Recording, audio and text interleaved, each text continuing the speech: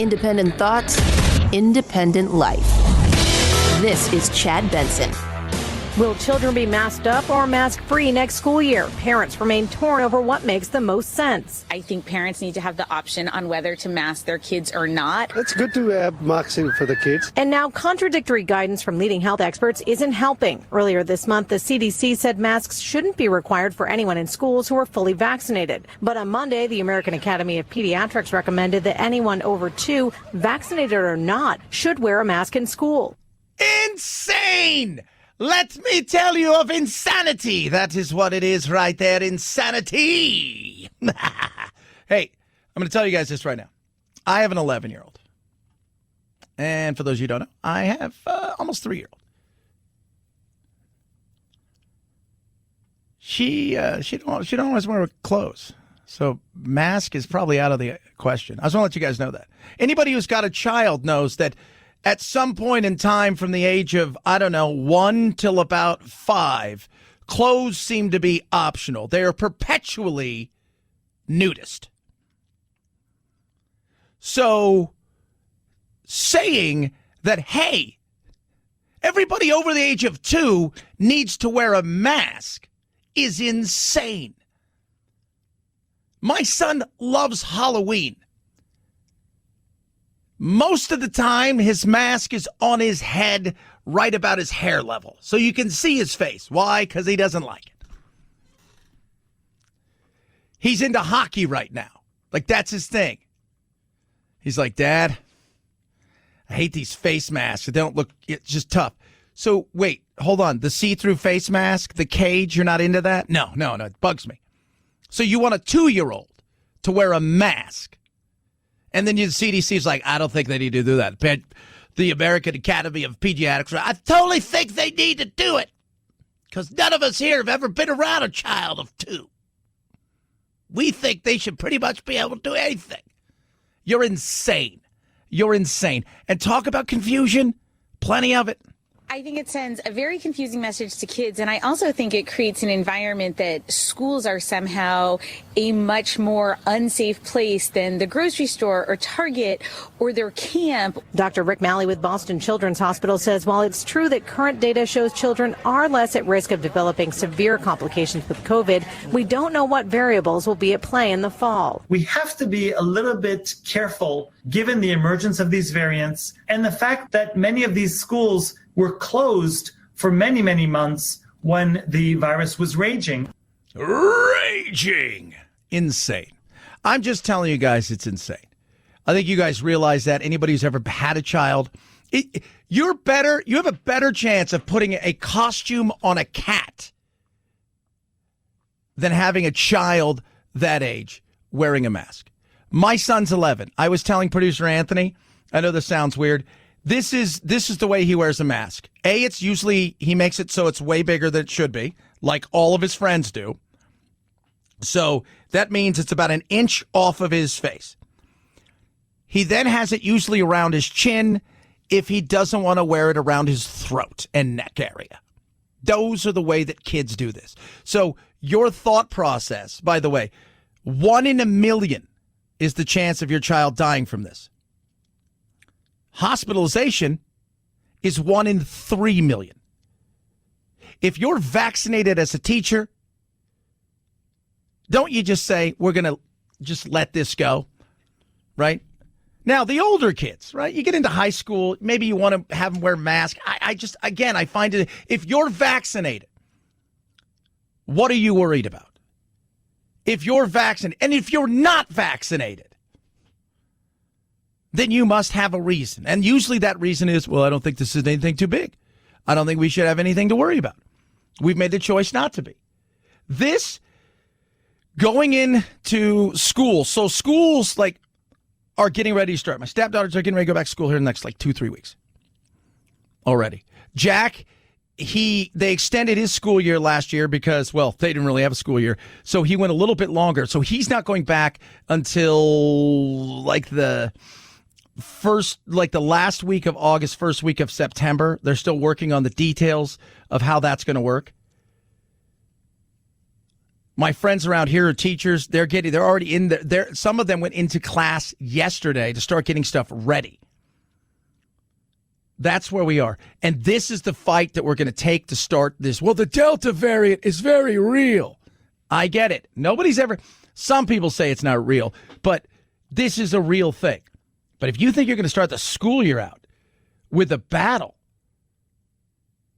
like this, that is not going to be a winning proposition. If you're vaccinated, should you really worry? Some parents hope school districts proceed with caution. The kids in my school are already wearing masks, so I don't know what the big deal is. While others believe the mask is more detrimental to children than the virus itself. I think parents should totally have an option to do so if they choose, but that it should not be mandated. Yeah. It's going to be a battle. It is going to be a battle. And that is going to continue. And when you look at this as parents right now, and already I'm starting to see several things. LA's masking up. You've got here where I work. We got an email yesterday. Hey, if you're not vaccinated, you got to wear a mask. Slowly but surely, the Delta variant, it's going up, but it's nothing dramatic to people. Oh, God, we should totally freak. No, but there are some people that want that. And I can feel in a sense of kind of where we're headed. And I see the battle coming. And it's going to get ugly. It is. It's going to get ugly. And last year, we saw the tail end of the school boards screaming and yelling at each other. This has a potential of getting ugly fast. 323-538-2423 at Chad Benson Show is your Twitter. Tweet at us. Text the program. Love hearing from every single one of you. What do you think? I will say this. Reading new Gallup poll. Ready for this?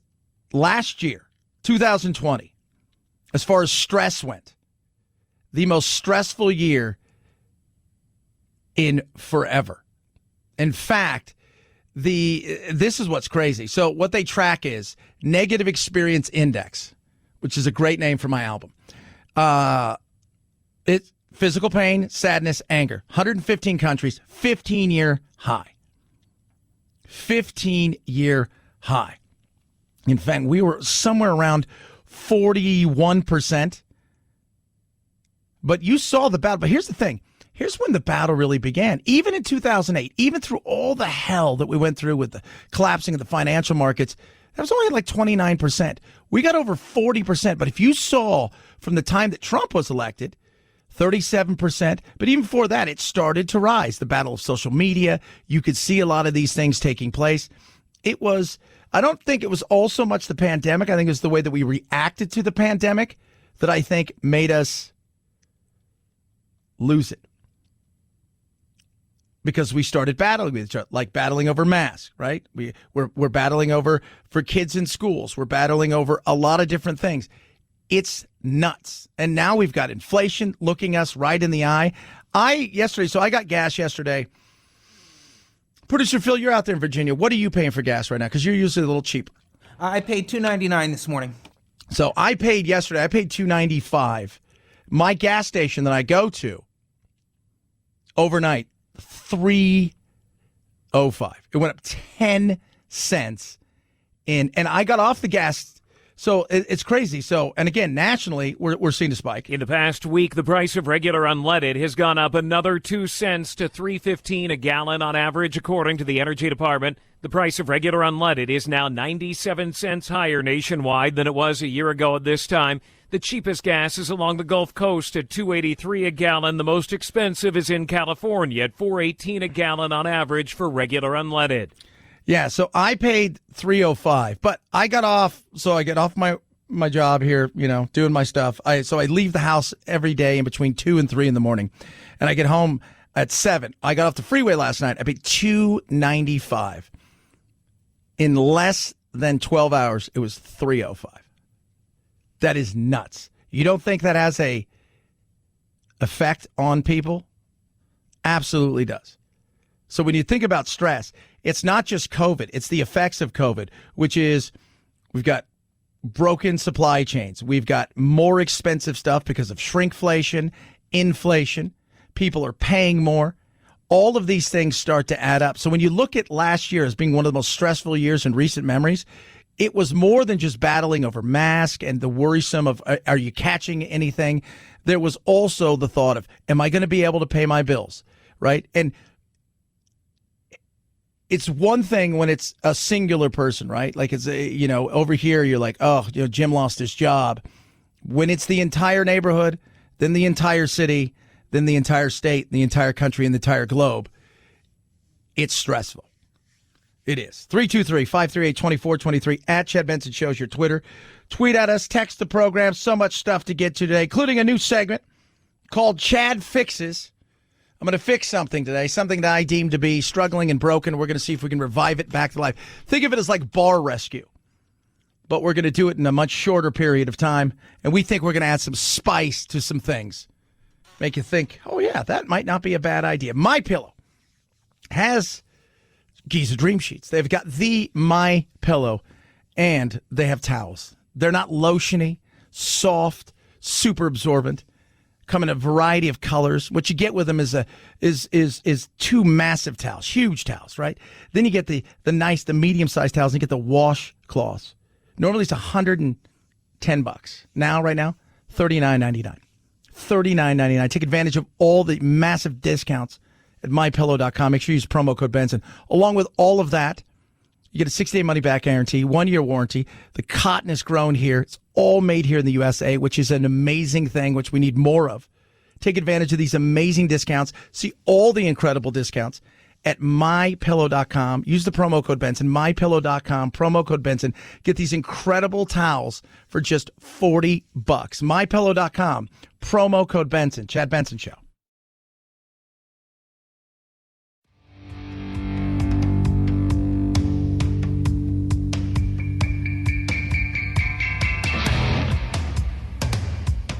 Irreverent? Yeah. So what? It's the Chad Benson Show. Man, I tell you what, first of all, how awesome was it, right? Like Bezos went to space. They asked him earlier, is this your last meal? And he's like, yeah, okay, whatever.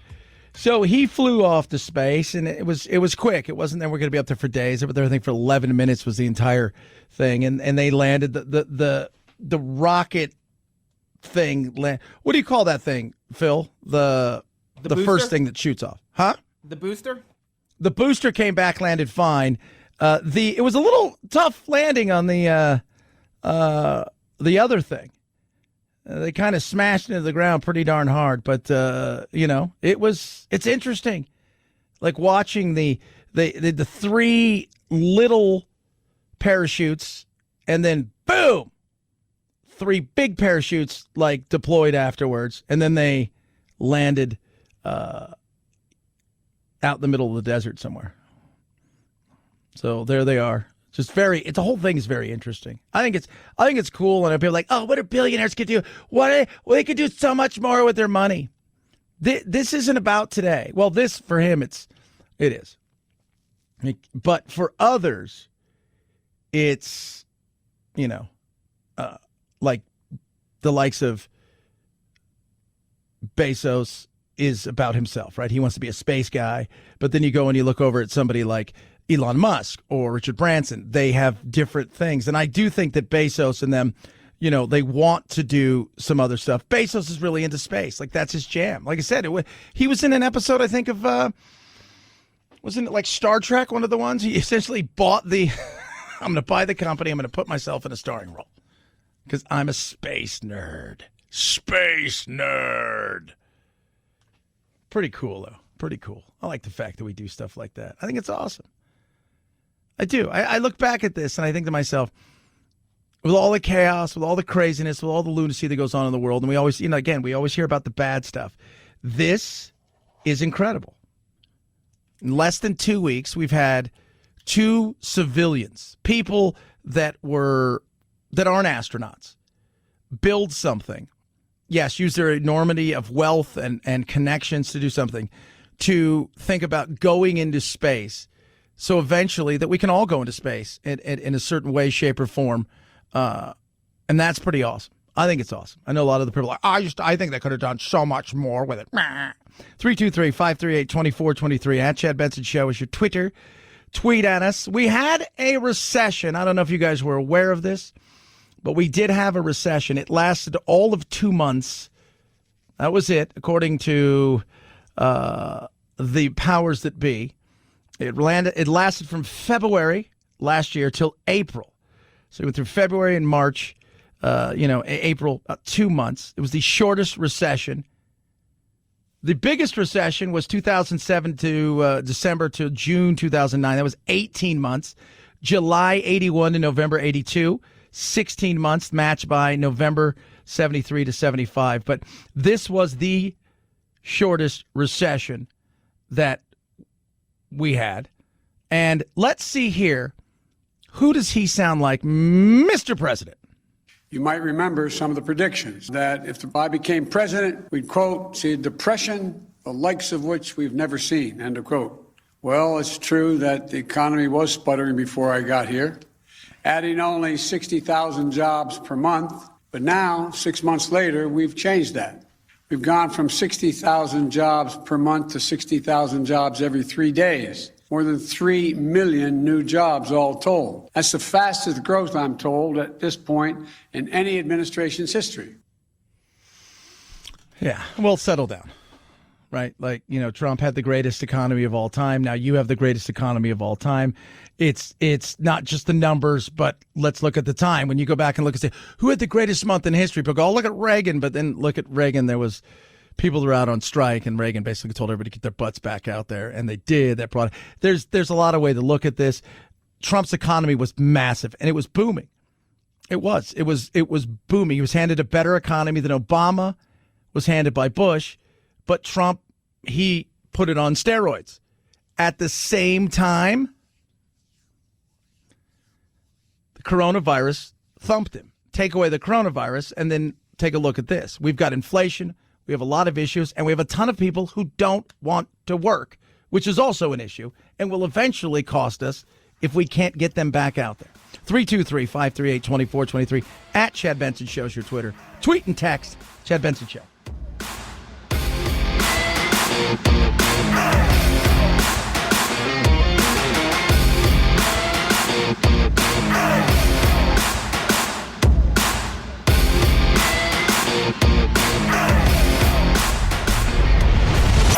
The Chad Benson Show.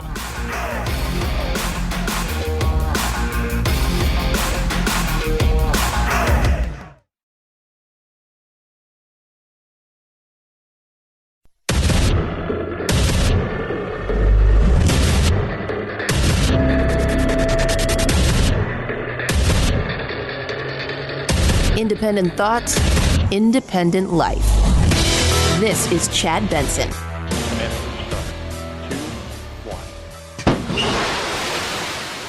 And away they went. Jeff Bezos and his billion-dollar, quadrillion-dollar toys off to space.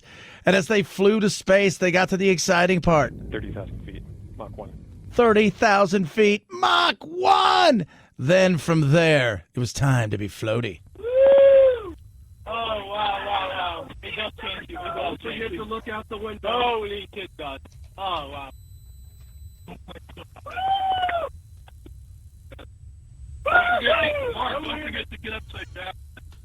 There you go, floating around. They landed safely. Yet another step for mankind, taking more steps. All the while on the ground, we're fighting over things like masks and should we or shouldn't we get vaccinated? That's always my favorite thing. Should we or shouldn't we? Should we or shouldn't we? I love this. Little fireworks. Little Steve Ducey getting on with kill meat. Well, listen, if you didn't get a vaccination, that's your choice. And if you did, like I did, and they did, and maybe you did, then you should not wear a mask. And if you didn't, if you want to go cliff diving this weekend, you don't have to check with me. It seems a little dangerous, but I'm not going to judge you. And if you go ahead and put yourself in danger, if you feel as though this is not something for you, don't do it. But don't affect my life. You know what? I agree with Kilmeade there. Do I think that people should get vaccinated? I think if you look at the science, I think that's silly for people not to be vaccinated. But I understand that the beauty of our country is you have choice, as long as it doesn't affect my life. I've been vaccinated, but I've also had the thing. I thought, you know what? I'm going to do it. We're going to get on with our lives. I'm not worried about it. I'm not. I wasn't worried last year. I thought, what else? What can you do? You can only live your life. We do have freedoms in this country. And I think too often last year, people were wanting safety and willing to trade some of their freedoms for it. But I also think people that wanted those freedoms decided, hey, you know what? Not only do I want these things, I want to flaunt certain things in front of me and not take cautions, not respect other people's fear of this. And there's where the problem crashed, right? That's where we're, because some people were so like, I want my freedoms, and you guys are doing this, this, and this. Rather than saying, look, you know what? I'd like to have personal choice, but with my personal choice should come personal responsibility. But instead, people were stupid about it. Do see and kill me, still go at it. The administration and the government is saying we need the mask mandate to protect the unvaccinated. That's not their job. It's not their job to protect anybody. 99% of the people who are dying from COVID are unvaccinated. That's their choice. They don't want to die. Yeah, they don't. But they have made the choice that they feel like they don't have to worry about it. Because they don't. So this is very interesting. It's in Axios. I love Axios. For those of you guys who don't know, Axios is great. It's easy to read. Tells you how long the read is. So that way you're like, oh, this thing's going to be 4 hours. And it says 3 minutes. Oh, I can do that. The belief in vaccine conspiracies are on the rise. Confidence in Dr. Fauci providing trustworthy information about COVID-19 by reliance on media sources. So very conservative. That'd be Newsmax, One American News, Breitbart, and those things. 38% are very or somewhat confident. 62% are not. So the readers and watchers of said programs. On the conservative side, Fox News, 51% very confident or somewhat confident. 49% are not confident. So about 50-50 there when it comes to the Fauci and things like that. Now, social media, oddly enough, 71% are somewhat confident. 29% not confident. And when it comes to mainstream, which is where you would find more Democrats, things like that, 84% of people are very or somewhat confident. 16% are not. This, of course, to the Annenberg Public Policy Research Center. So do I think that, here's the thing, the messaging has been poor at times, and partly because we want somebody to give us the answer right then, and we want that answer to be the only answer they can give us. We don't want anything to change. But on top of that, human beings got involved, which means politics got involved. Once politics got involved, guess what happened? Things changed. Some people decided to reach for more than they should have reached for. And because of that, there was pushback. It also wasn't a situation where it was very cohesive. We weren't in lockstep. We would be one of these things where the city would say one thing, the state would say another, the CD said something else. Everybody's fighting. I mean, we've got that going on right now, right? The CDC is like, look, kids don't have to wear a mask. That's the dumbest thing in the world. You know, a 2-year-old's not going to wear a mask.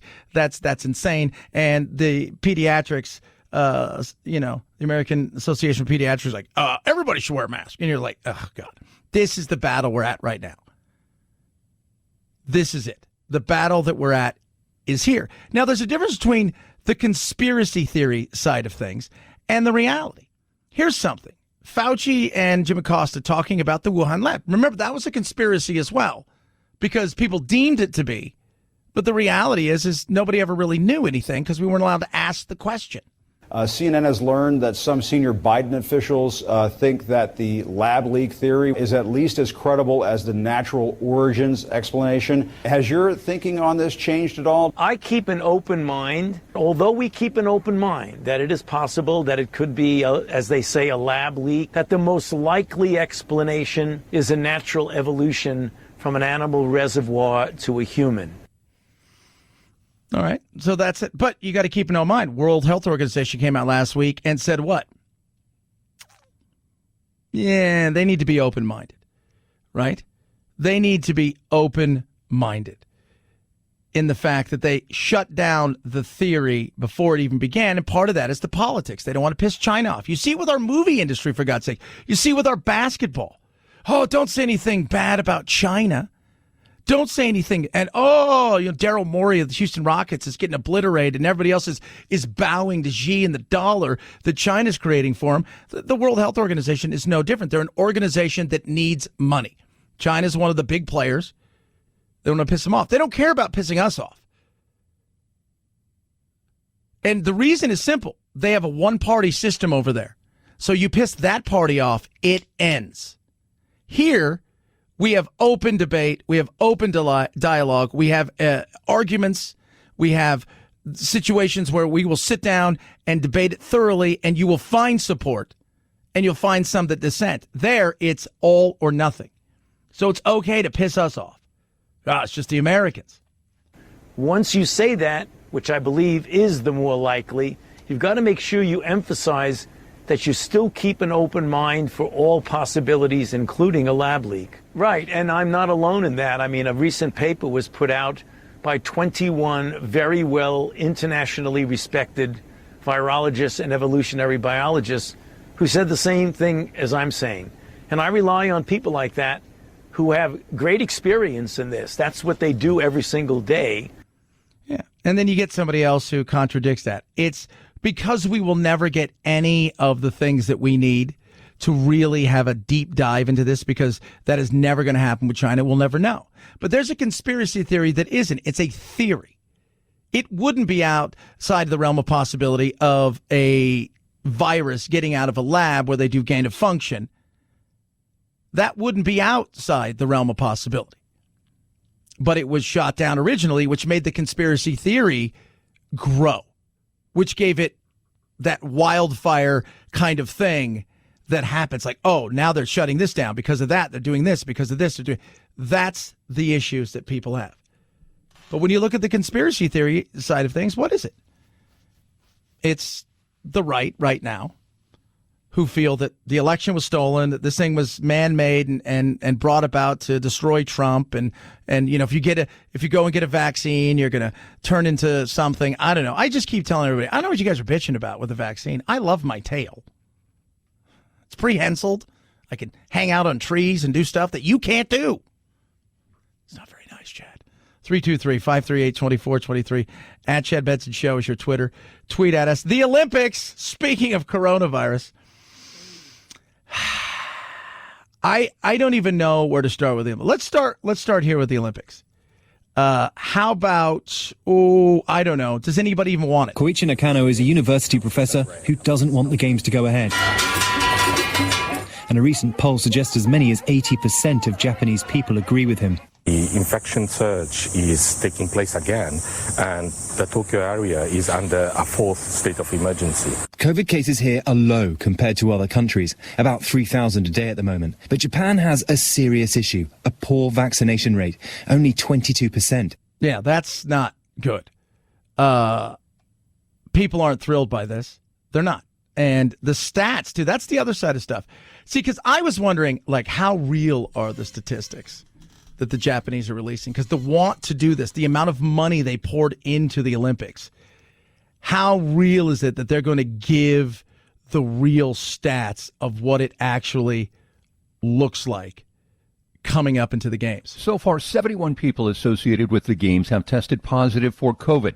But Tokyo Olympic President Seiko Hashimoto is downplaying the figure, saying through a translator that among the 30,000 visitors from overseas, there are 31 cases of positivity, so positive rate is about 0.1%. The producer of the opening ceremony has hinted that the coronavirus pandemic will be incorporated into Friday's pageant. Ooh, how exciting will that be? And the media is totally thrilled by the way that they're getting treated as well. I don't know if you guys are seeing it, but let's just say the media, you have no opportunity to do pretty much anything. We can jump in a private transport. We got to stay in the vehicle in a lot of the places. We can't go to public spaces. We can't ride buses, get into taxis, ride the train, nothing like that. Nope, can't do any of that stuff. And when it comes to the athletes, yesterday there was a thing swirling around about the anti-sex bed. It's not what it is. It's a bed that's biodegradable, but let's be honest. I mean, you're at the best shape that you're ever going to be in your life, probably. You're young, you're beautiful. Part of the fun of going there is having fun. Wink, wink, nudge, nudge. No, you don't want to sleep on a biodegradable bed. But you're going to have all kinds of restrictions, just like the media. And it's going to be like, imagine just basically going over, getting off the airplane, getting taken straight to your rooms, and going from the facility to a small area probably where you can eat with your fellow competitors that are probably on your team, back to the facility to work out, back there, then to your event, and then immediately gone. There's no like getting there. It's like, I want to sightsee. I want to see stuff. Nope, none of that stuff. Be prepared to, if you were going to miss an Olympics, like this would be the one. You're like, I really didn't care. Why? Because, man, that's the whole point's running around and saying, check out that hot chick from Iceland. And the girl from Iceland, look at that Greek guy. And you know how it is. You probably don't, but that's kind of what it would be like. 323-538-2423 at Chad Benson Show's your Twitter. Raycon, best earbuds around. I've got mine. Get yours. 15% off. You get these by going to buy, B-U-Y, raycon.com/Chad. No stems, no wires, 6 hours of talk time. The charging case, 32 hours of charge. That's what you'll get. You'll get 4 full charges after you charge the case, and away you go. Waterproof, seamless Bluetooth pairing, sound quality and design second to none, and 6 different soft gel tips. So it means the fit that you get with your ear is second to none. It's not those hard little white ones that you stick in and that's what you get or any of that. Nope. It is customizable for your ear. That's why these things separate themselves. 45-day happiness guarantee, 1 year warranty, meaning if something happens to your earbuds in that year, no questions asked. Send them in, get a new pair. What are you waiting for? Get your Raycons now. Save an extra 15%. They start well under $100. Buy Raycon.com/Chad.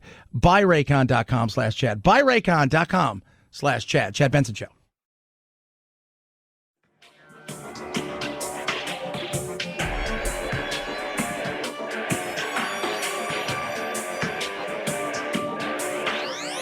Warning, no snowflake zone. Uninformed opinions are in danger of melting. The Chad Benson Show. Hi. Can I get Samuel L. Jackson's voice on my Echo? Yes, you can. Samuel L. Jackson is a celebrity voice that you can now purchase. To activate his voice with your voice, just say, Alexa, introduce me to Samuel L. Jackson. Let's try it. Hey, Samuel, what's the weather? No, I won't get you the weather. I'm just kidding. Tonight's forecast calls for showers with a low of 52 degrees. Yeah, that's, I just figure it would be a lot of this. Left. Turn right. Bezos is fine. Billionaire. Figure that's pretty much what it was going to be with Samuel L. Jackson. Oh, so now you get celebrity voices. Then you got to think to yourself, what celebrity would you like? What can I do? Let me tell you. Drop the beat. Ask me for the weather, got the forecast on lock. And if you need a timer, I set the shot clock. Workouts and music, sports scores and plays. I'm like a skyscraper, got stories for days. I can switch on the lights like they're so enchanted. Recipe for shack and cheese? Wish granted. You wanna hear me tell some jokes? You know I'm up for the task. Same as everything else, all you gotta do is ask. Yo, Shaq rap, and you'll see what I can do. I'm Shaq. It's so nice to meet you. So that's how that would go. Or maybe something a little simpler. I wish I had an exotic name like Svetlana or Giselle, but you can call me Melissa. Sing it, Melissa. I wonder what they're paying them. Right, that's got to be some good money. Now, do you ask for money or do you ask for stock? Right? Isn't that the best way to do it? But I want options from back in the day. I don't want these crappy stuff now. I want options from back in the day. I want options. Give me some options. Some of them stock options. I want to exercise those options. I want to be an owner, especially today, after the fact that Bezos has landed, kids. He flew to the sky, and he's come home, and he's safe. What kind of day was it, Jeff? Flew controlled Bezos, best day ever. Best day ever. Best day ever. Went to sky, came home. Some people didn't think he was going to make it. I was not one of them. I thought, of course he's going to make it, right? Because I read yesterday, even if it goes south, he has some sort of a special escape hatch. You know, the rest of you are going to blow up, right? But like me, no. I shoot off to the side and I survive. The rest of you, we'll see. 323-538-2423 at Chad Benson Show is your Twitter. Tweet at us, text the program. Love hearing from all of you. It is an alligator. It is a bite. It is Florida. Guess what happens in Florida? Lots of alligators that will attack you. Out for a bike ride in a regional park near West Palm Beach, the man lost his balance and fell, landing too close to a large female alligator near her nest. The 8 to 10 foot long reptile biting the man as two bystanders, Charlie Shannon and Scott Lorraine, jumped into action. I was able to just somehow muscle him out of the water. And I said, I don't know if you're a praying man, and all of a sudden the gator just let him go. The man airlifted to a hospital for treatment but did not lose any limbs. Last year there were 12 alligator attacks in Florida, none fatal. So here's the thing about alligator. Last week we talked about it with sharks, right? Like, what are sharks? They want to dispel the rumors and the myths that sharks attack. That there was a rogue shark back in the day. We talked about that on numerous occasions. That's what Jaws was based upon. Alligators, crocodiles, polar bears, they will attack. They're okay with attacking. This was an attack. But when you fall into water, be prepared in Florida to be bit. Chad Benson Show. This is the Chad Benson Show.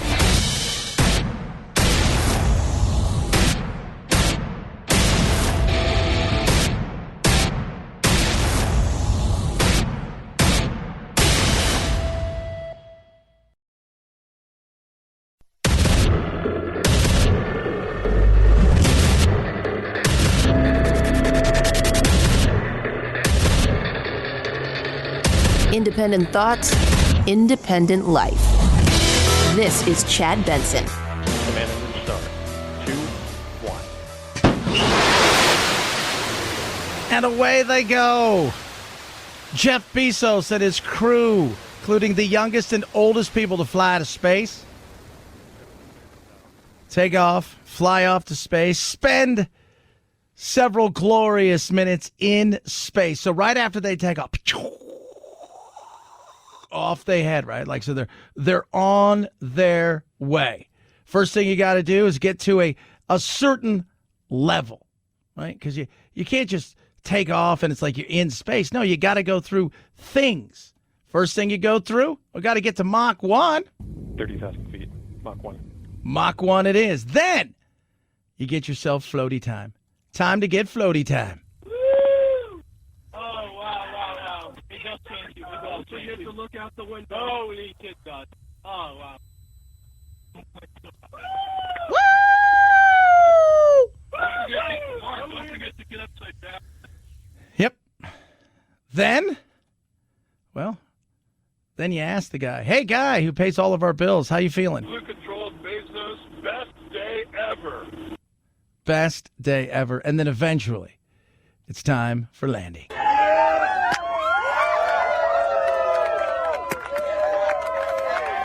And the celebration. Yet another man has gone into space. A boy and his toys. A boy and his toys. It's pretty awesome, though. I think it's cool. And it's so funny because I tweeted it out, and somebody's like, I don't really care.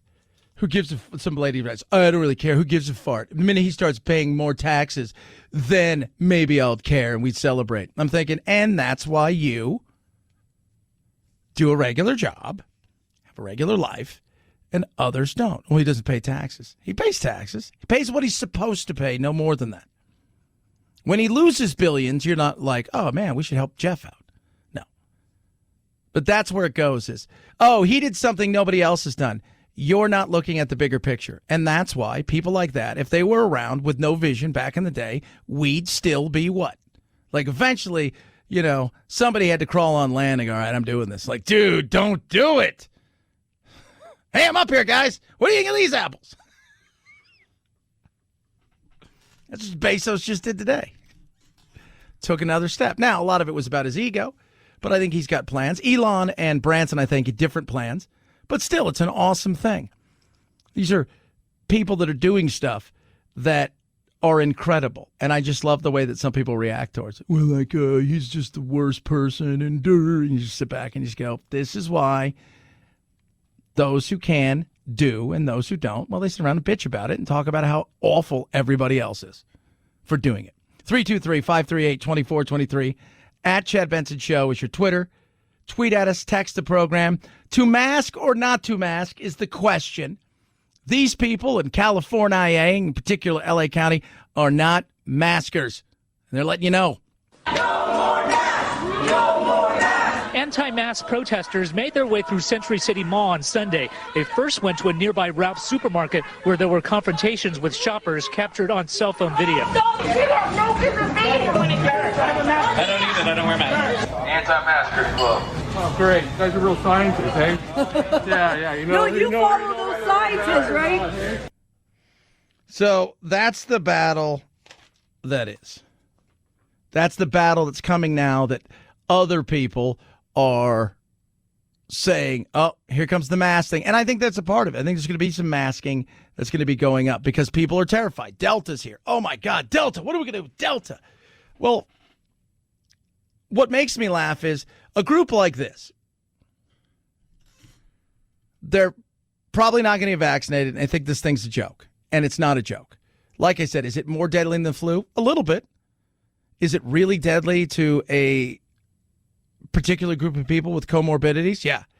It can be one of those things where it starts the landslide and avalanche that ends up killing people. In saying that, it does cast a much wider net than the flu. These are the people like, oh, you guys don't even understand. You're taking away my freedoms. No, nobody's taking away your freedoms. Here's the thing. I don't want to wear a mask. I've been vaccinated. I've done everything I'm supposed to. So at this point in time, the places I'm at, I don't have to wear a mask, which is fantastic. You know, just because you are all about freedoms, the problem for so many people is they care about their freedoms, just like the people who want everybody to wear a mask 24/7 only care about them. This is where we step back and go, you could always wear a mask. And if you choose not to wear a mask, we ask you to stay 6 feet away from people. We ask you to do your best to do certain things that protect other people, that you can respect those people just we'd like them to respect you. Having a difference of opinion is okay. It's how we have the difference that gets us into too much trouble.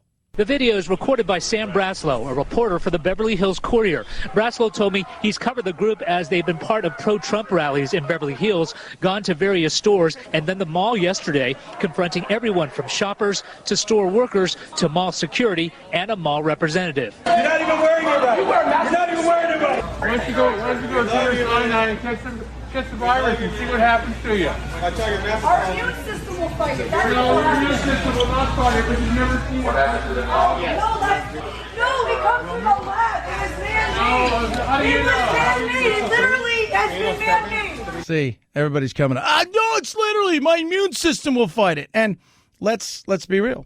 Are people dying from this? Yeah. Are they dying the way that the people on the left would like to think you're dying? And I say that because this is a left-right issue now. It shouldn't be. I can look at somebody and say, I respect you enough because they've asked me to wear a mask in this place, which they haven't here. We got an email yesterday inside of the building that says, if you're unvaccinated, we ask you to wear a mask.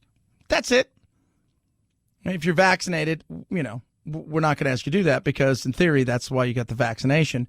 And there's a couple of people that are wearing masks. One person here who's been vaccinated, was the first one to get vaccinated, still wears his mask because he does have comorbidities, and he took the last year and a half to lose 100 pounds, but he's still worried about getting sick. Totally understandable. I get that. But it's how we disagree. How we disagree. That is the issue. I could look at somebody and say, I respect that and I respect you, so I'll do that. And I ask that you respect me. And, we can have a difference of opinions and stuff. we stopped doing that because it became a red and blue thing, and it was just easier to yell at somebody and basically tell them they suck and they're stupid. Because when we agree to disagree, meaning, and I over a weekend at church, and I heard our associate pastor Robert said this, it's something we've talked about a lot here, is I can compartmentalize really well. So I could take for instance the last president of the United States, Donald Trump, not the president that's currently there, Biden. And there's people out there like, Chad, you don't even understand. Trump is still president. No. I can compartmentalize, hey, the way that he governed, I had no problem with.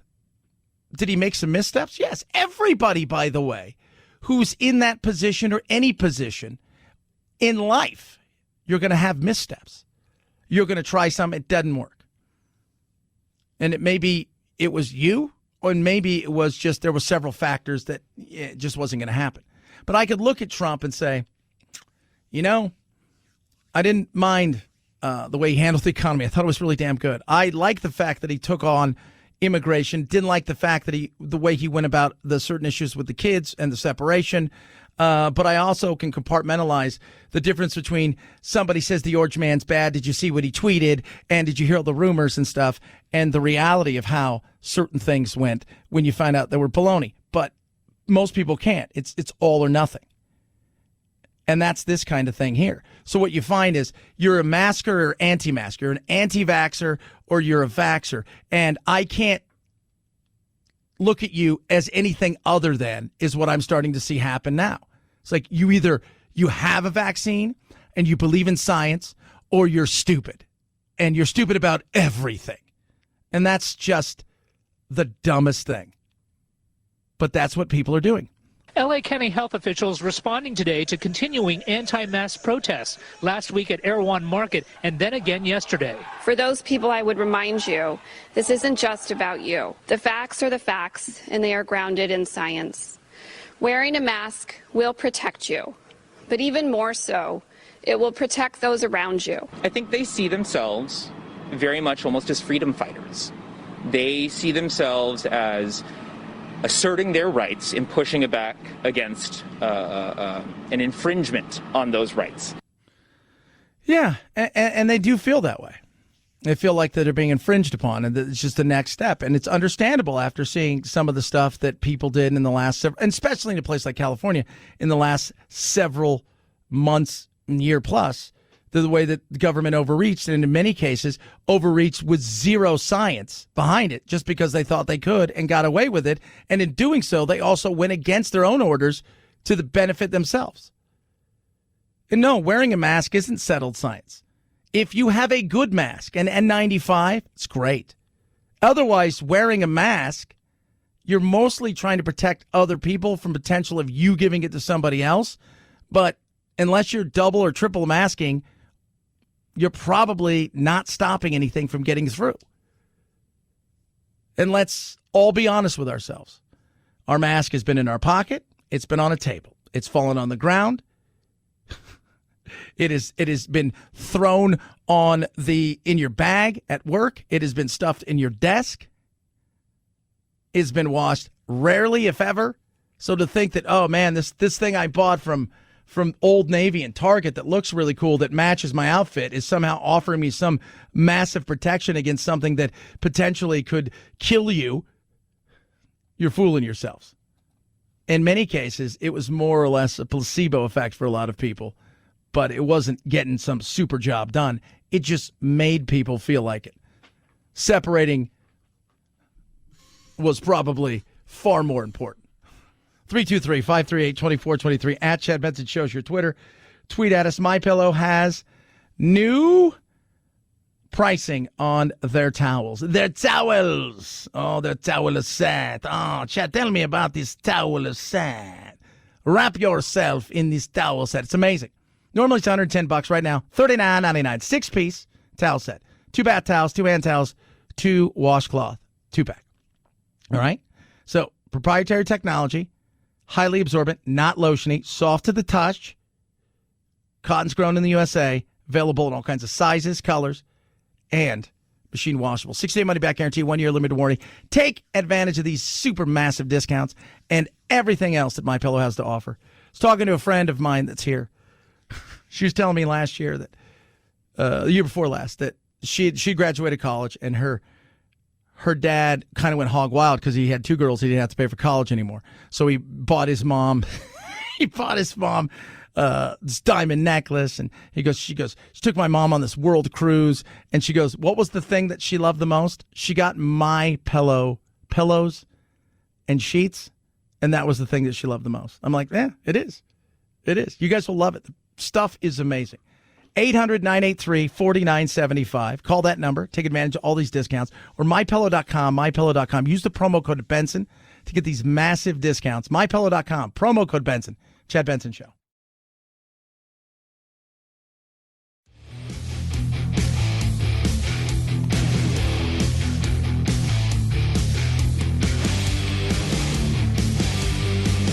If you like talk radio like Chad Benson likes his meals, you've come to the perfect place for takeout. 5, 4, 3, 2, 1, 0, ignition, liftoff. Now it's time to find out what's trending. What's trending? Yeah, what does that mean? I mean something, right? Like it's trending on the old internet. What's trending? Let us take a peek and find out what's trending on the old interwebs. First and foremost, let's start in Twitter. Jeff Bezos, Blue Origin. He has landed, he left, and he's come back. They're also calling him Dr. Evil. I think that's funny. That is hilarious. Yeah, he went up, came straight back down. Everybody's fine. They're celebrating today his flight. It was only about, 11, 12 minutes that they were up. This was like a 20-minute ride. $28 million for a 20-minute ride. And you're not even on the first one. You think that guy's kicking himself? I knew it. You made up the excuse because you were worried. Had the oldest and youngest person to fly there. My goodness. I just think it's great. I think it's great. I do. Because I love the fact that human beings here at our level, which is, again, you look out in space, you don't know what else is out there, trillions of planets, it's never ending. You can't think that we're the only ones, but how many more, way more advanced than we are. And this is our first little step into something. Booksellers in Hong Kong are self-censoring themselves. It's the first book fair since the national security law has gone in. Boy, that sounds like fun. J.K. Rowling's in trouble again. Must have pissed somebody off. Somebody calling her transphobic because she's celebrating being a woman. I don't even know. At this point, everybody's just always mad at her. Let's get rid of Harry Potter. Let's do it. Let's get rid of Harry Potter. Head on over to Google. Jeff Bezos, number one trending thing. Delta variant trending because, it's evil. Olivia Breen. She's a Paralympian, and she is making noise because an official called her sprinting shorts, the little briefs that she wears, too short. Too short. I'm thinking that's kind of what they all wear. I don't know what you're looking for, but that's kind of what they are wearing. Is those things. And we'll see. The head of the Tokyo Olympics did not rule out today. This is great. You're going to be thrilled. Canceling the games altogether. So think about that for a second. The head of the Tokyo Olympics. We're 2.5 days away from go. Toshiro Muto said, we could cancel even up until the opening ceremonies. Be prepared for that fun. 323-538-2423. At Chad Benson Show's your Twitter. Tweet and text at us. Got a new segment coming up called I Fix. Chad fixes something. Plus intersectionality and hockey.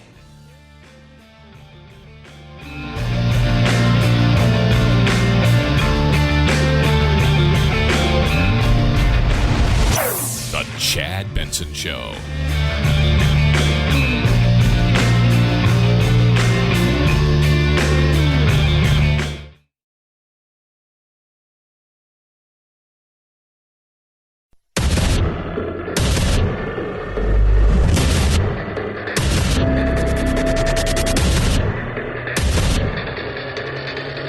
Independent thoughts, independent life. This is Chad Benson.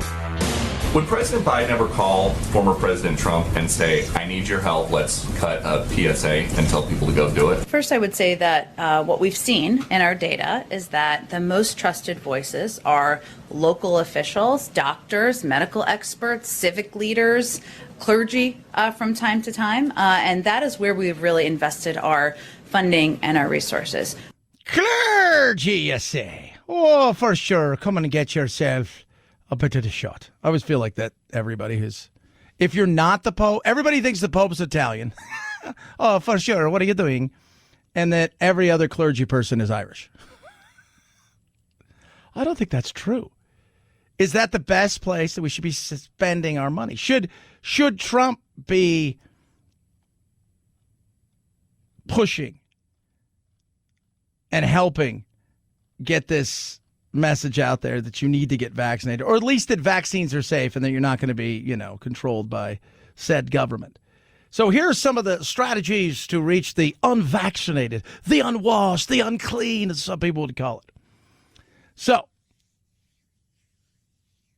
are you ready? 26% say they're somewhat likely or more likely to get it at the doctor's office. Always said that was going to be a big winner.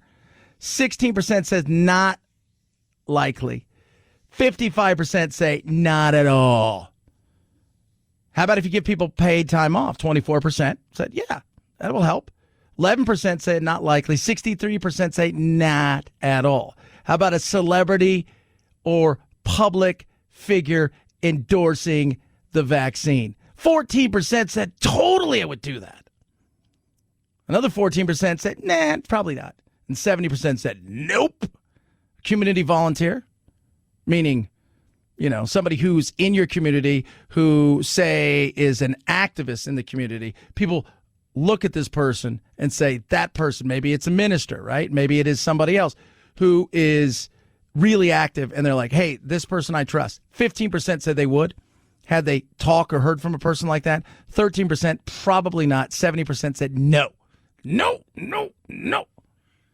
According to the Ipsos poll. Ipsos. So what's it tell me? If you're not vaccinated and you've made a choice to not be vaccinated,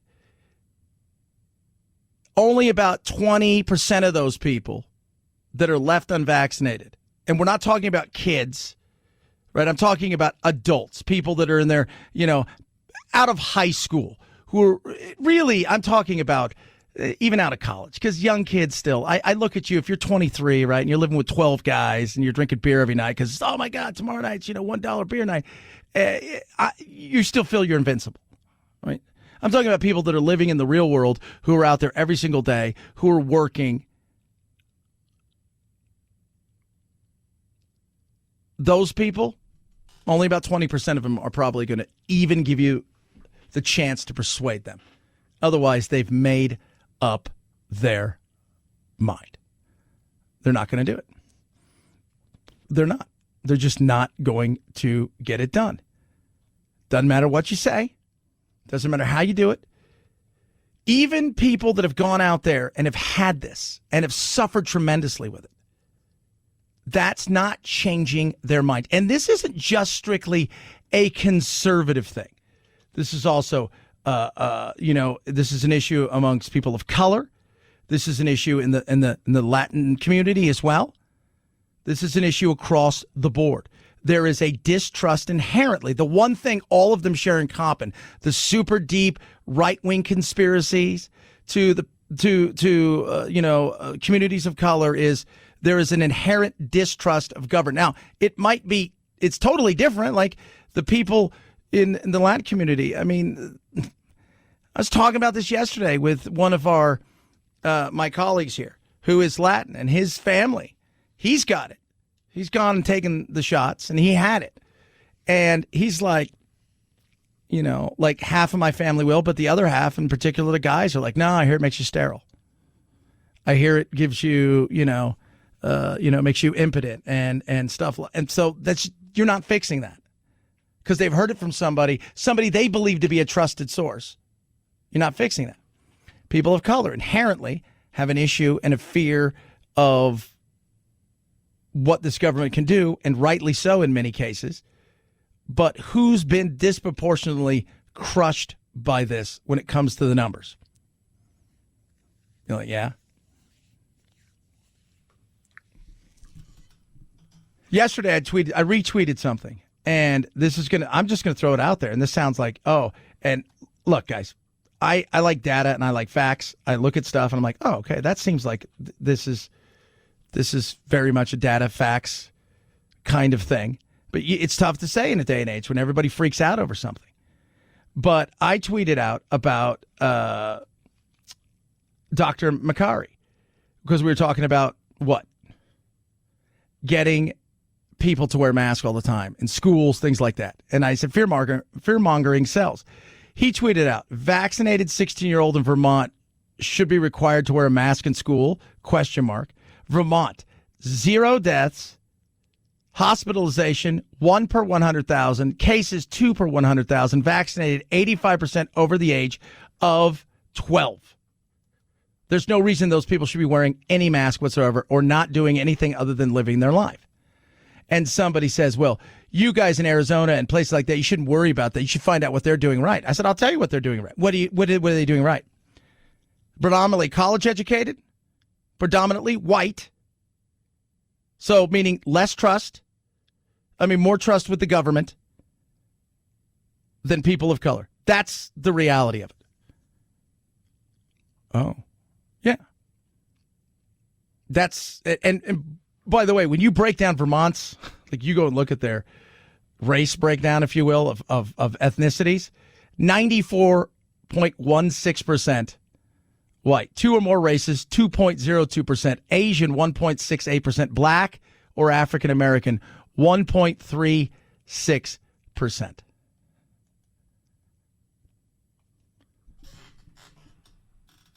Tend to lean a little left, they're more apt to do it. Older state as well in a lot of cases.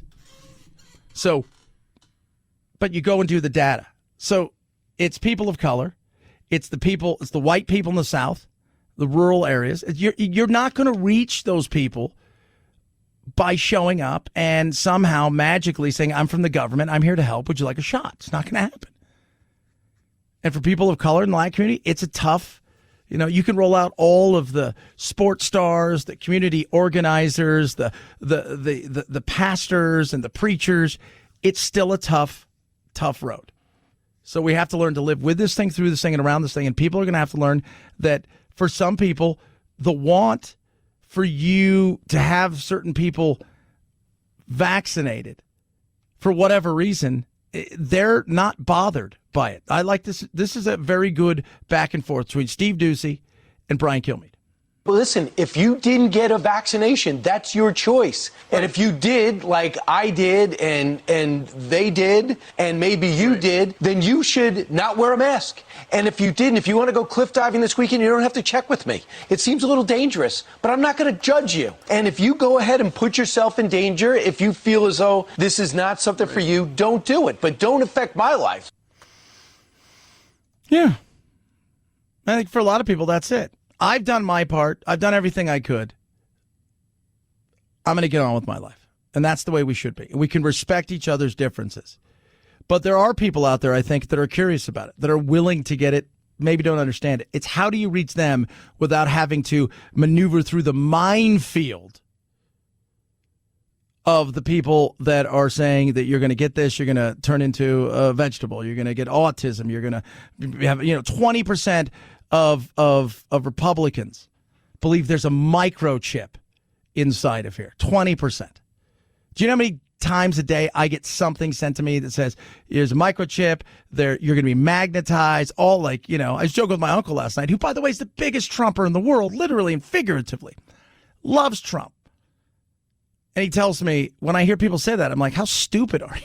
Like, first of all, being magnetized, would that be a bad thing? Like, if you got to be Magneto, we'd be like,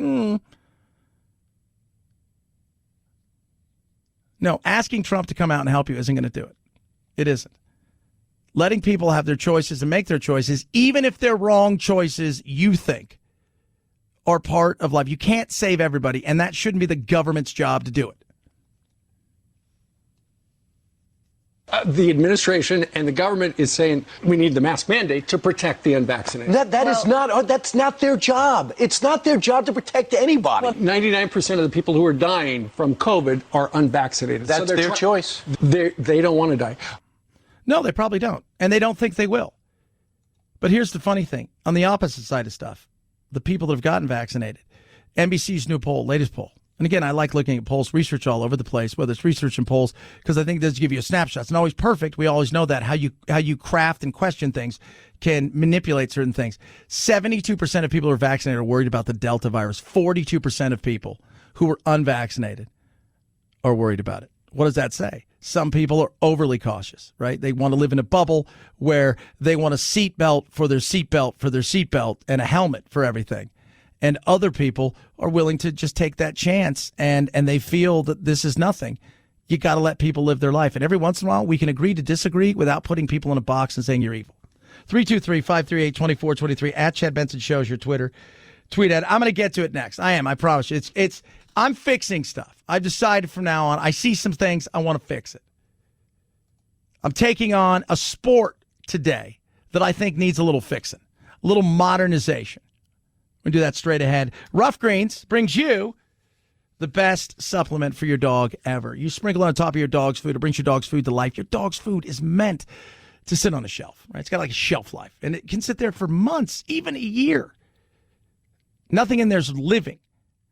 So what do you do to make sure they have the best of the best? You get him Canine Vitasmart from Rough Greens. You sprinkle on top of your dog's food. I do it for my dog Doodle. The life he leads is amazing. He's bouncy. He's happy. He goes for a walk. He went for a walk last night for us.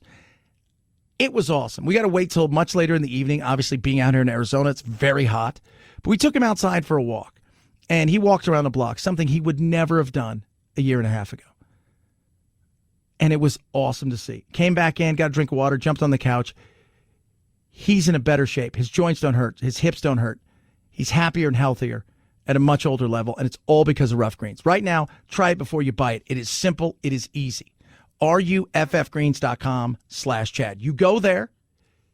You don't pay for anything but shipping. They're going to send you a bag for free. Try it. Put them to the test. Canine Vitasmart from Rough Greens. Vitamins, minerals, probiotics, all these amazing nutrients. Sprinkle on top of your dog's food. See the difference. RUFFgreens.com/Chad or call 833-MY-DOG-77, 833-MY-DOG-77. Rough Greens makes any pet food better. Chad Benson Show.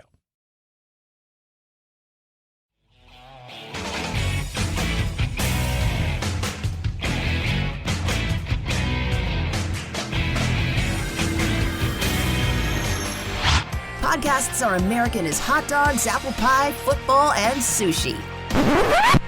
Oh my goodness. No. Okay, maybe not sushi. Next time you have a craving for something sweet and tangy, download a Chad Benson Show podcast.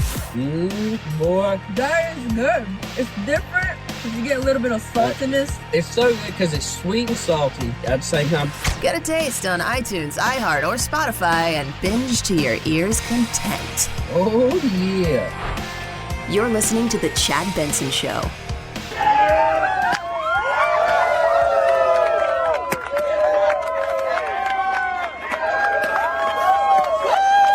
What are we celebrating? Jeff Bezos and the crew, Blue Origin, that was at New Frontier, whatever. They went up, and the booster rocket came down and landed, and then they did their little thing for about 11 minutes and came down safely. So the celebration is on. Man, could you imagine the party tonight that guy could probably throw? That's pretty awesome. Like, you're like, this is going to be good, right? We're not renting out a Shakey's. We're doing something real here. Although I'd be like, Shaky sounds good to me. You ever had those Mojo potatoes? They're delicious. 323-538-2423 at Chad Benson Show is your Twitter. Bezos. People love him. People hate him. I get it. But one thing he's a problem solver. Here on our show, little dog and pony show that we put together with my amazing cast and crew, right? Producer Phil, producer Anthony, they They realize we do things differently. One of the things that I want to do is I want to fix stuff, right? So think of bar rescue or, like the restaurant rescue and all those kind. I want to fix stuff. I see stuff that's wrong, and I think we need to fix it. So we got a new segment. I'm fixing things. Now it's time for another episode of Chad Fixes Something, where he takes something that's not working right and fixes it. All right, so today we're going to fix baseball. Baseball's a hot, stanky mess. All right? It is. It's a hot, hot mess. And we need to fix it. And we need to do it quick. Because nobody's paying attention to baseball. There's like 5,000 fans like a week ago here in Arizona. People were cooped up for 18 months. They couldn't sell at the stadium. They're like, it's baseball. You got to make it faster. You got to make it quicker. You got to make it cool. So I'm going to bring in some new rules, first and foremost. We want the kids to get involved. How about this? One batter on your team, and you have to pitch to him. He counts as 5 runs. By himself. Solo home run, he's 5 runs. Oh, that's pretty awesome, right? And you can bring him up whenever. Oh, that's crazy, Chad. Yeah. Absolutely crazy. Oh, I got more. No more shifts in the infield. In fact, we're only going to have 3 infielders. No way. Yeah. We only have 3 infielders. 7 innings long is what the game is going to be, which is great. We're going to cut it down to 100 games.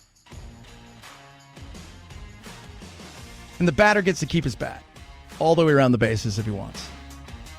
So if he gets in a pickle, or they're trying to turn a double play, he has a chance to take a free swing.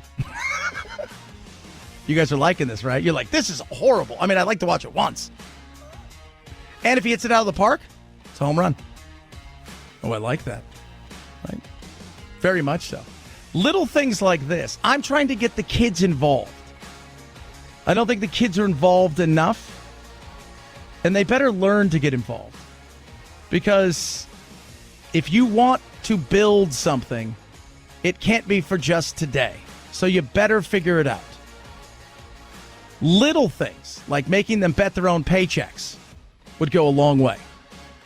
I like fixing stuff. That's been another exciting episode of Chad Fixes Something. Simple and easy. A couple times a week, we're going to fix stuff. Today, I fixed baseball. I like that idea. Could you imagine getting in a pickle, or better yet, a double play, and you just try to hit one out? It's like, that would be awesome. 3 infielders? Why not? We're trying stuff all the time. Trying things. Little things. I like fixing things, kids. I can fix stuff. Just letting you guys know that. I'm not good with tools, though, so don't ask me to do that. Chad Benson Show.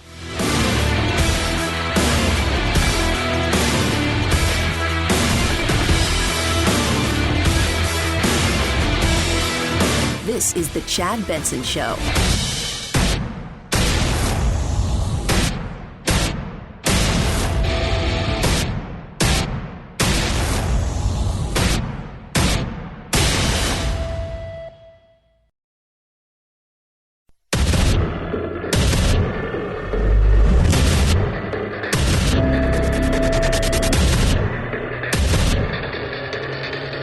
Independent thoughts, independent life.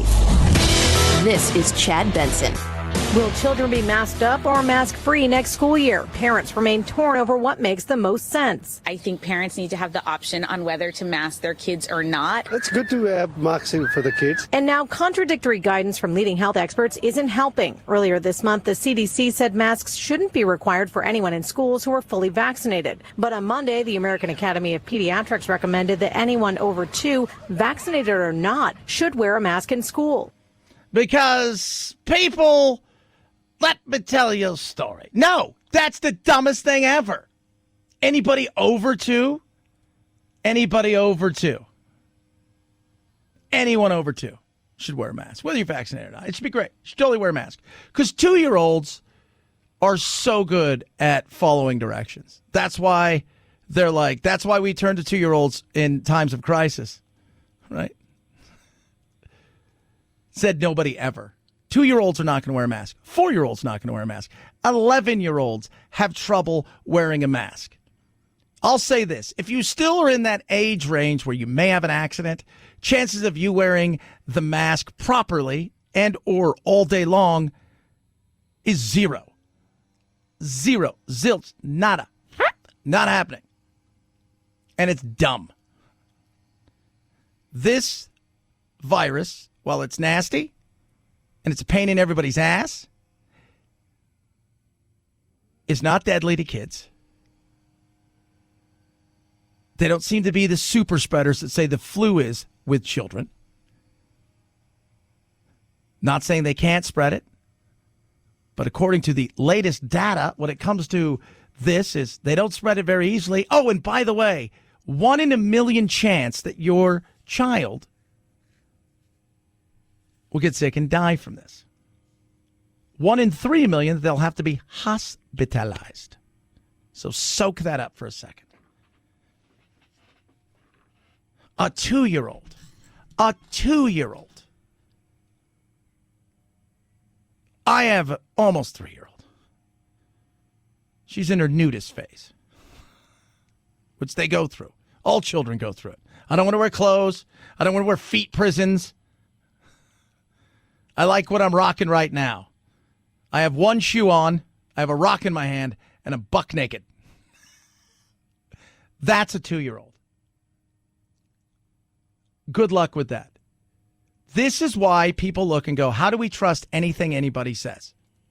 I think it sends a very confusing message to kids, and I also think it creates an environment that schools are somehow a much more unsafe place than the grocery store or Target or their camp. Dr. Rick Malley with Boston Children's Hospital says while it's true that current data shows children are less at risk of developing severe complications with COVID, we don't know what variables will be at play in the fall. We have to be a little bit careful given the emergence of these variants and the fact that many of these schools were closed for many, many months when the virus was raging. What does that even mean, dude?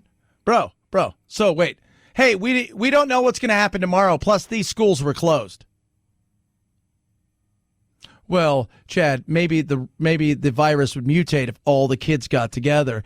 Maybe some. No, come on. We cannot live for the monster around the corner. That cannot happen. I get that your first obligation is to want to protect, and you'd rather overprotect than underprotect. But there comes a point in time where it is ridiculous. This is one of them. CDC comes out and says, yeah, no, you don't have to do that. And they're like, no, you should do that. Even Fauci's like, I think everybody over the age of 2. Again, you've never been around a child. My son is 11 years old. I love Jack. He is not good at directions. He is good at being an 11-year-old boy. He's good at fart jokes. He's good at playing video games. He's getting better at skating on ice, which is his new jam, playing ice hockey, right? He's good at those things.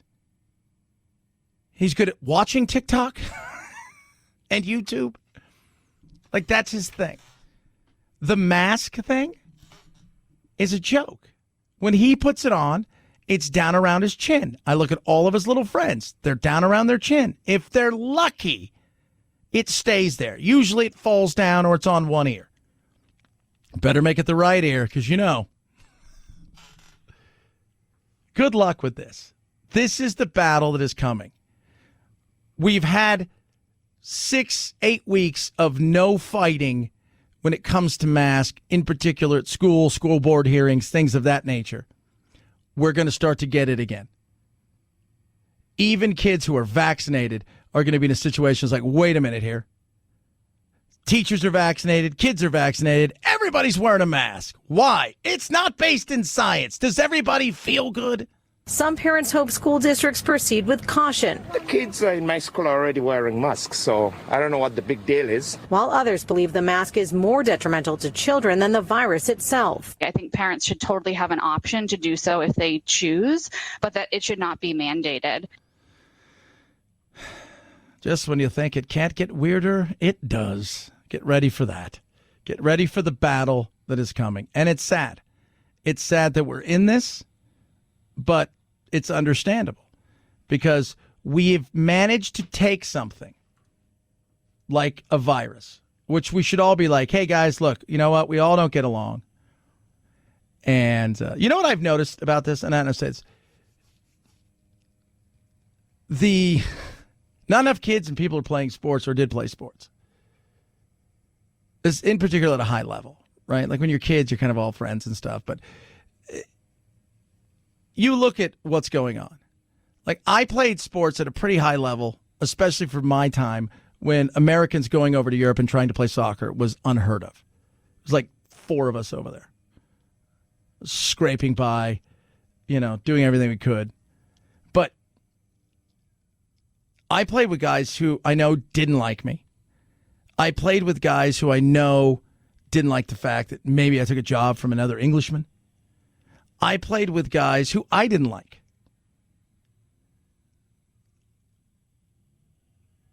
But we had a job to do, and we kind of did it together. And even though we may have disagreed on stuff, we pushed forward through things that we had to do. It's amazing that we can't come together and go, look, this thing's nasty. It's ugly. Fighting with each other isn't going to make things better. Let's figure out how we sort this thing out in the best way. We can agree to disagree. If we stop fighting with one another over who should wear a mask and when, over how they should wear the mask, over what kind of mask they're going to wear, or if they don't wear a mask, that's fine. Let's not impede on anybody's freedoms, and at the same time, it's the people that choose to do certain things and would like certain things done. Let's also respect their wishes. Meaning, if a business wants you to wear a mask inside, you know what? That's their business. That's their business. They're asking you to do it. You don't have to be a Richard about it. They're not stealing your freedom. They are totally taking my freedom. They're not. It's just so sad. Like, we should be united. Let's beat this thing. And then we can go back to yelling at each other over stupid things like, oh, my God, your peanut butter got on my chocolate. No, your chocolate got on my peanut butter. 323-538-2423 at Chad Benson Show is your Twitter. Tweet at us, text the program. He went up, and away. And then he came down. Yes, kids. Mr. Bezos went up to space-ish. Phil, would you call this space-ish? It's not space, right? Space-ish is a good word. Yeah, space. It's because when you go to space, you got to come back through everything. That's when it gets really kind of like, a little dangerous, right? Like when the heat and the whole nine. He went to space-ish. Now, he went higher, supposedly, than Bezos. He probably goes, how high did Bezos go? He went to 62,108 feet. I want to go to 62,110 feet. Whatever. But he was up there, and he got to do the floaty stuff. Oh, wow. It does change you. So you have to look out the window. Holy kid does. Oh, wow. Don't forget to get upside down. Woo! Don't forget to go upside down and look out the window. And they did that. They came home. They're very excited. They were asked, and they said, hey, you up there. Hey, Jeff. Hey, guy who's worth $1 quadrillion. Pretty good day? Blue controlled Bezos, best day ever. Pretty nice. Best day ever. So it landed, the booster, the rocket booster landed where it was supposed to. And I was talking to a couple people, Phil, and you were right. It was not they're like, they touchdown. And I'm like, that wasn't a touchdown. That was a smash down. But they're fine. Everybody's good. They're drinking. They're having a good time. I watched the replay, and I watched some of the interviews before, and even Bezos, there was nerves, right? I mean, you're going to have that. But when you think of flying up in an astronaut and you've had, 40 years, 50 years, 60 years of going back and looking at what NASA and stuff has done, then you can go, okay, we've got in our rear view mirror a more than just a snapshot of something that we've done. They had 11 launches. Somebody asked him this. Is this your last meal? Are you having steak and eggs? Hey, did somebody say last meal? I don't think we have to put it that way. Yeah. No, I hope not. So, but good. They landed safely. Still is great. It's great to see. It's great. It's like cool to see because we did something else, another step for us as humanity and us taking, because through these things, other great discoveries come. Through these things, other things come out of it that we don't know at this moment in time. Go look at NASA and all the stuff that they tried, because, you know, the great thing is you fail fast.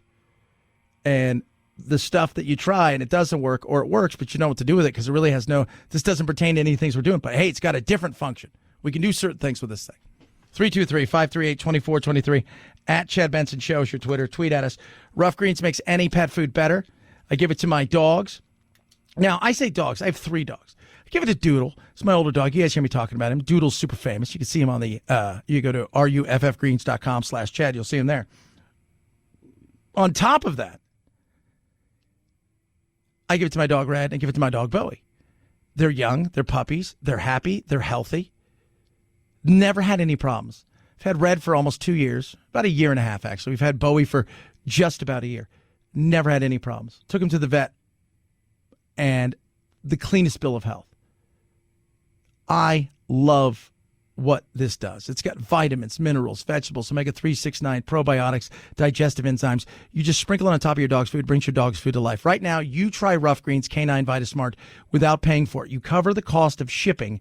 They're going to send you a bag for free. ruffgreens.com/Chad. Ruffgreens.com/Chad, or call 833-MY-DOG-77. 833-MY-DOG-77. Rough Greens makes any pet food better. Chad Benson Show.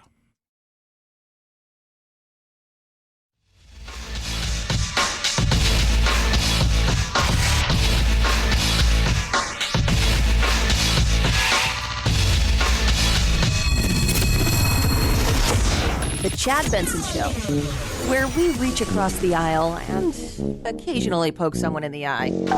So far, 71 people associated with the games have tested positive for COVID.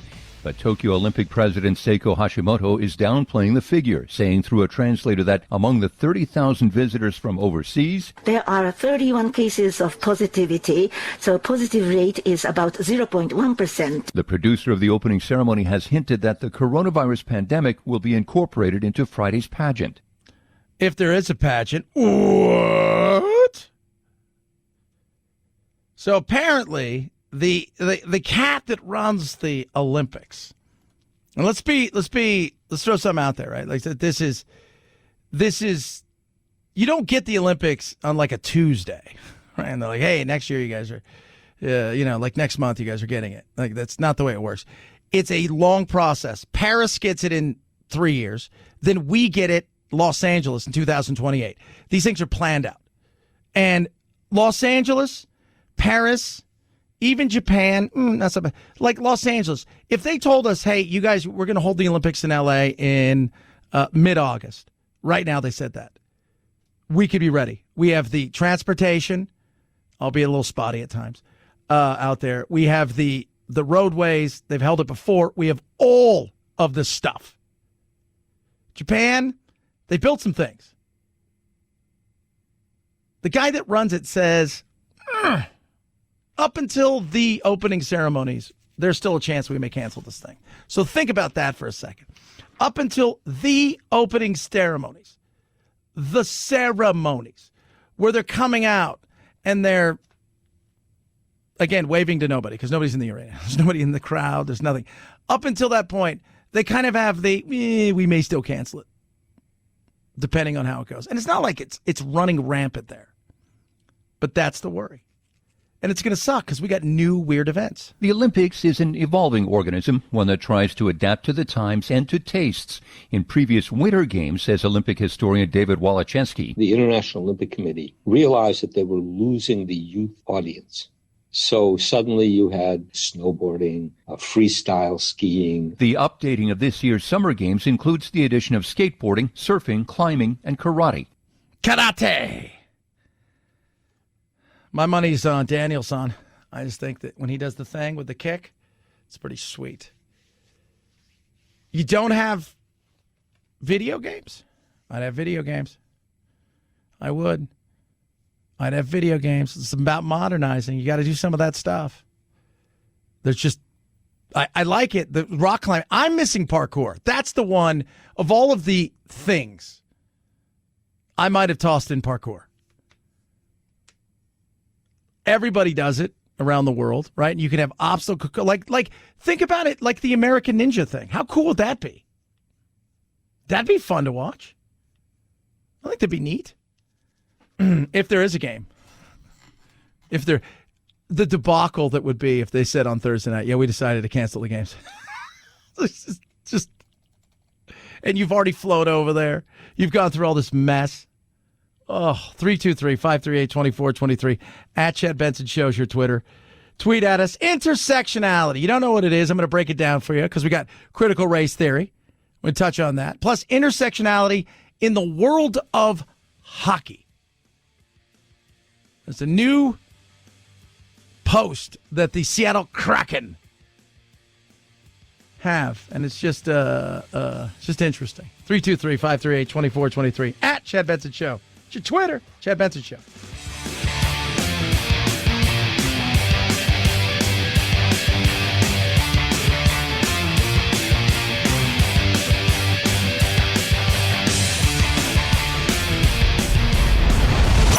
The Chad Benson Show.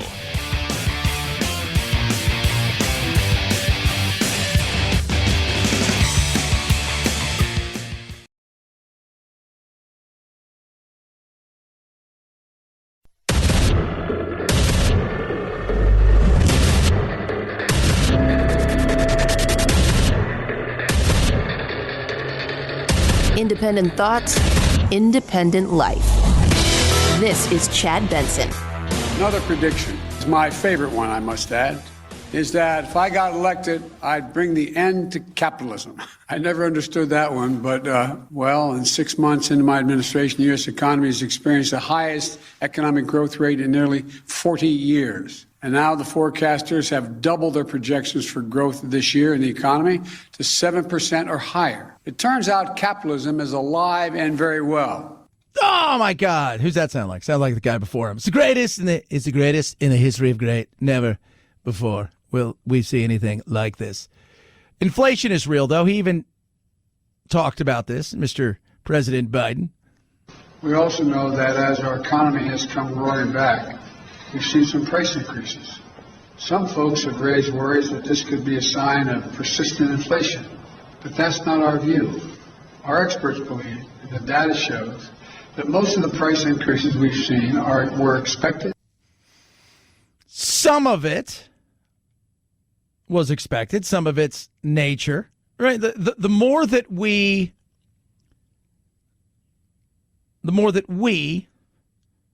are using certain things, there's going to be pressure on it, especially because the supply, it's not that we don't have it, like oil, gas, right? People think we just don't have any. Oh, we stopped producing it ourselves. And, I get this from people all the time.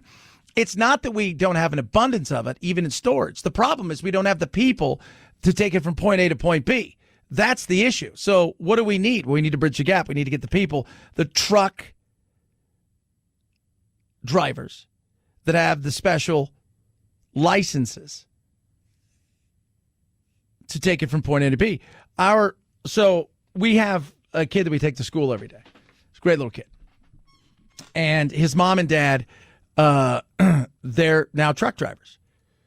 So Veronti she's really cool. And I took him to the airport last week. They went on a little vacation, right? Because they were gone for a couple weeks. It's summertime. I want to take the kids on a vacation. So I dropped them off at the airport. And I was talking to Veronti, and she just got her license. But she's been driving like buses and big things. So this was nothing new for her. But I said, did you want to get your special license to carry fuel? She goes, they are so desperate for that. She goes, I just didn't want to do it. But they're so desperate right now. That's a big issue. Some of it was nature played a part in certain things. And some of it is the fact that, we're printing a ton of money. There is certain worry about things. The supply chain was broken because of COVID. And as we see, it's very fragile. meaning the chain works fine and you could put it under pressure for demand in normal times. But once it's broken, the wheels come off the bus. And that's what happened. But there are other things out there as well. Shortage of what? Workers.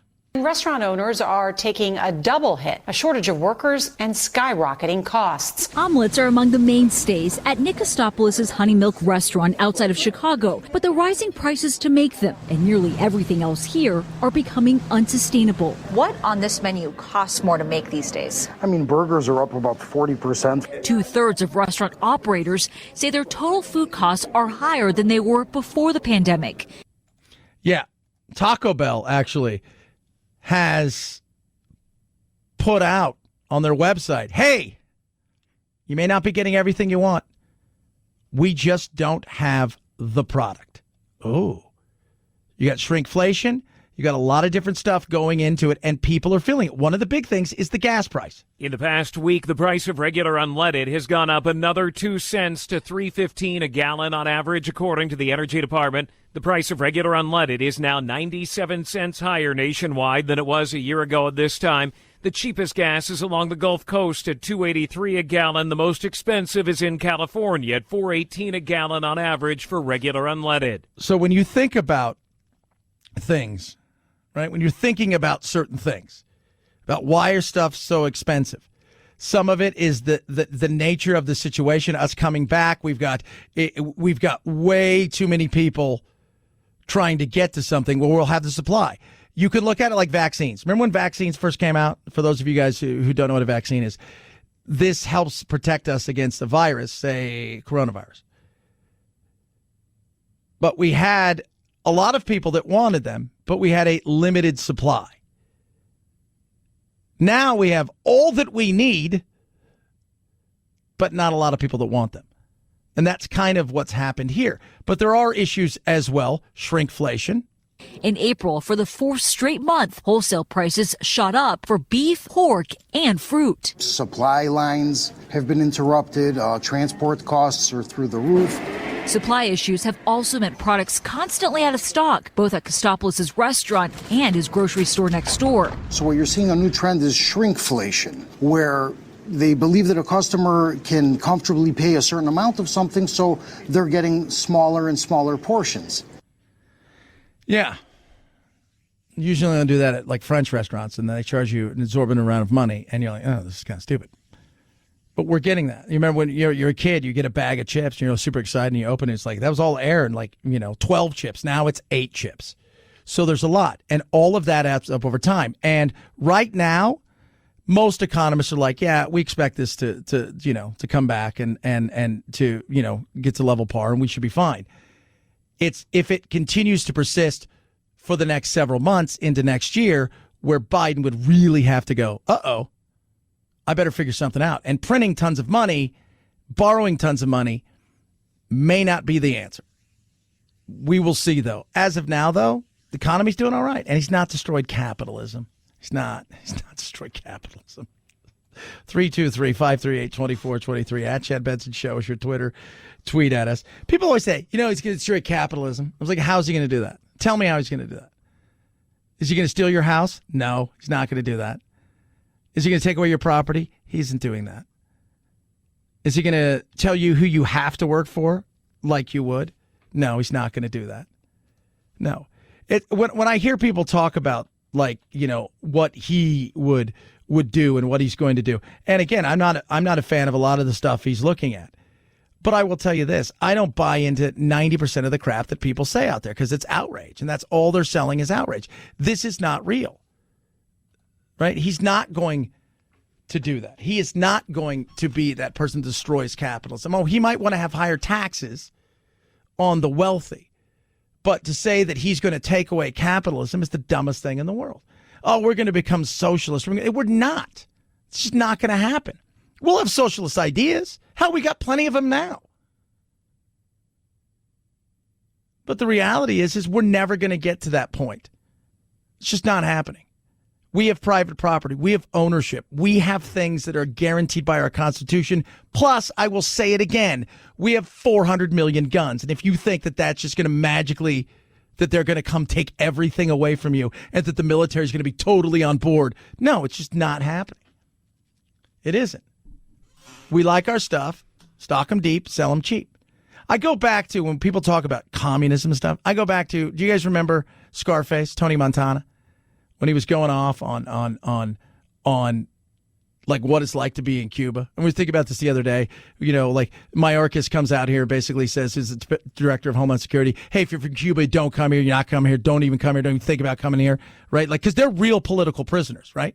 Like, that's what they are. Remember this? I'm Tony Montana, a political prisoner from Cuba. Think about that. But then he talks about, like, what do you mean you're a political prisoner? You a communist, huh? How do you like it? They tell you all the time what to do, what to think, what to feel. Do you want to be like a cheap? Like all those other people, man? Do you want to work 8, 10 hours? You own nothing? You got nothing? Do you want to every corner, man, looking after you, watching everything you do, everything you say, man? Do you know I eat octopus 3 times a day? I got octopus coming out of my ears, man. I got the washing shoes, my feet's coming through. How'd you like that? What do you want me to stay there and do nothing? I love that. I'm like, that sums it up right there. So to think that he's going to turn us into that, you're insane. 323-538-2423 at Chad Benson Show is your Twitter. Tweet at us, text the program. Critical race theory. What is it? This is a congressman, rising star in the GOP. He happens to be black. His name is Byron Donald. Talking about critical race theory, which is not coming to a theater, if you will, near you. It has arrived and has been here for a while. Let me be very clear about critical race theory. Number one, it has been around for a very long time, but it has been trapped in the minds of the social scientists who, frankly, do not work in the real world. They've spent their lives looking at American history, controlling for race. So they don't look at American history and look at all the nuances of American history, from the founding, through the Civil War, through Reconstruction, Jim Crow, through the Civil Rights era, into modern America. They don't look at all factors. What they do is they control for the factor of race. Which is very true. It's one of the things we've talked about here when it comes to critical race theory. One of the things that I've always been very frustrated with is they only want to teach a specific certain situation. And they want to they want to teach it to a certain level, never taking in all of the stuff that comes with it. Never talking about the fight to end slavery, never talking about where we've come from. They want to almost end it in a situation where it's like, this is as far as it's going to go, and this is where we are, and that is not a win. And remember, some of this stuff, and I've read through some of it, like, you know, every school district's doing something not so much like the next school district. It's a little different, but it's who's teaching it as much as anything. Who's teaching this? And it may not be a full class. It may be one class or two classes over a 6-month period that they come into. But who's teaching it? Who's the activist? I think critical race theory kind of got out the bag. They actually didn't want that to be found. You have to understand that what was found out is that in your diversity and inclusion seminars have basically turned into critical race theory. That's going back 5-6 years. They did not want this to become the issue it's become in 2021. They did not. They got found out. They got caught with their hand in the cookie jar, essentially. Yeah. No, I think that's very real. They want to walk it back, as Byron said, Byron Donald. Big star in the GOP right now. He's black. Oh, my goodness. Because, you know what? You guys found out what you guys were trying to do. We have all this inclusivity and all of this stuff, and it all sounds great, except it feels very forced. And I always say, if you want to be inclusive, it's the best way to do it. It's all about being natural, right? It's a natural way of doing things. Forcing it upon people and trying to say all of these, this and this, to me, it causes serious issues rather than just being natural about it, talking about things, which we can't do anymore because you can't bring anything up. The best thing that could have ever happened for critical race theory is you wouldn't have heard about it for another 10 years. That's, if I'm going to be blunt, that's really what they wanted to have happen. They did not want people to know the elements. They did not want people to know about white supremacy. And we should want to know about white supremacy and all the things, good and bad, bad and good. But that's where we are. And it's not just that. We're going to come back and talk about the latest thing in the social cultural wars. And it has to do with Release the Kraken. And one of their latest consultants, an intersectionality consultant, who, by the way, I think she's great. Like, I have no problem with that.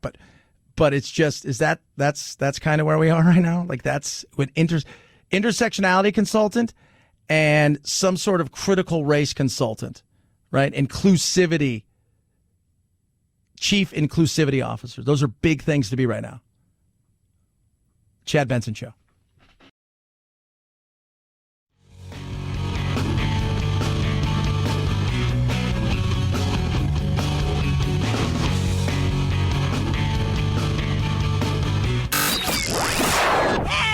I can't take it anymore! Well, get over it. It's time to forge a new path with your very own political cartographer, Chad. Younger generations now, one, their attitudes about LGBTQ equality are different. And two, those who identify as LGBTQ in his age group are just a lot more fearless in terms of being represented. So he is a representative of not just a sport dealing with this conversation in a way that it hasn't had to in the past, but he's also representative of a generation of athletes who are bringing a different sensibility to all of these sports. Who are they talking about? That right there is a conversation about Nashville Predators prospect Lou Prokop.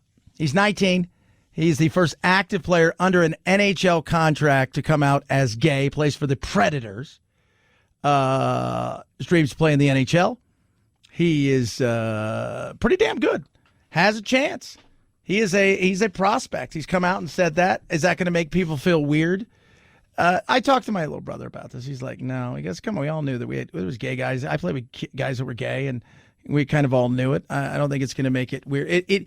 Where I think the weirdness, if you will, comes from, if there's anything, it's the added pressure on the outside of both people who think, ugh, and other people who champion. I think that's the pressure that comes with that. But we live in a time where these things are important. Case in point. New team that I believe is picking tomorrow. So tomorrow they have their first pick. It's the expansion draft. So every NHL team gets to protect like 8 skaters and 2 goalies, and then everybody else gets to, essentially they can be picked off that team for the new team. Release the Kraken. Which is the Seattle Kraken. They have employed a young lady named Chanel Keenan, who is very nice. She's in a wheelchair. She's their chief intersectionality, I guess, consultant. She's their intersectionality consultant. If you don't know what intersectionality is, think of it as this. It is the best way to describe it is it's nature that's like intersect, right, of social categorizations. So think of race, class, gender, all of the sexuality, everything. And what it does is it creates a situation where there is discrimination or disadvantages against these groups because of that. So, and on the hierarchy, so somebody who is black is one, somebody who's a lesbian and black and female, well, you got like essentially 3 points. Think of it that way. That person's discriminated in 3 different ways. She's lesbian, she's black, and she's a she, if she identifies as a she. Well, they've got the new intersectionality consultant talking about, diversity and things of that nature. Right from the team's inception, they made it clear they're going to do things differently, and that includes who and how they hire. Enter Chanel Keenan. She's the team's intersectionality consultant, a woman determined to make hockey a safe and inclusive space for every hockey fan. My job entails so many different things. I've been having a lot of meetings with my coworkers recently and how I can, better affect change in our organization and get us ready for October, because my brain's always swirling with ideas on how to make really amazing and authentic choices for our fans. And the goal is to make it more diverse for people with handicap or disabilities, and also all the other stuff. Now, do I think hockey is clamoring for those kind of things? I don't know. I don't know if sports is. I think sports got itself a little too woke, and it used to be just about going to sports, but they're trying to find new headways into bringing more and more people into it. But remember, sometimes if you go woke, you go broke. It's how you do it that matters. And we'll have a lot more on this in the coming days, but it's the intersectionality consultant. Man, that's got to pay good. That does. You guys have a good day. Go eat some tacos. We'll do it again tomorrow. Night, Jack. This is the Chad Benson Show.